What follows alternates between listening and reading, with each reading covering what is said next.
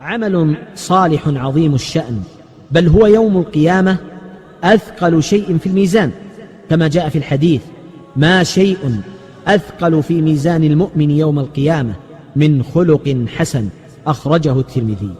إنها الأخلاق، وما أدراك ما الأخلاق، فيها دوام المحبة والألفة والشوق.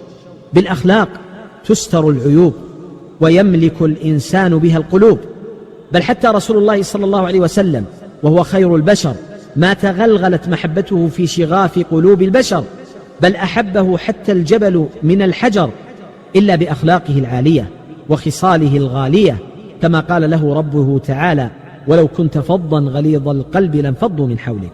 وهكذا الأمم لا تدوم ولا تبقى إلا بالأخلاق، فالأمم التي لا أخلاق لها لا بقاء لها. واسألوا التاريخ والبلاد، أين ذهبت ثمود وعاد؟ وليتنا فهمنا البيت الذي كررناه كثيرا لأحمد شوقي رحمه الله حين قال: وإنما الأمم الأخلاق ما بقيت، فإنهم ذهبت أخلاقهم ذهبوا.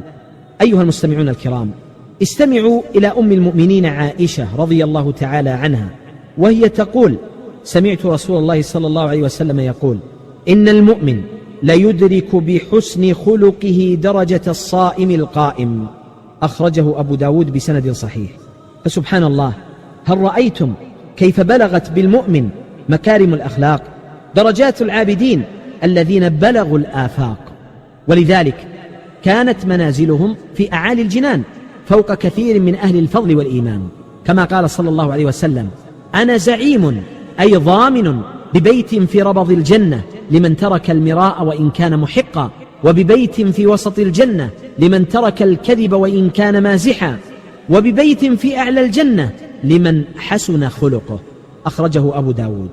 أعلى الجنة هناك حيث الأنبياء والصديقون والشهداء، هناك بالقرب من إمام الأتقياء صلى الله عليه وسلم. فهل اشتقتم أيها المستمعون الكرام إليه؟ هل تشتاقون إلى مجالسته وكلامه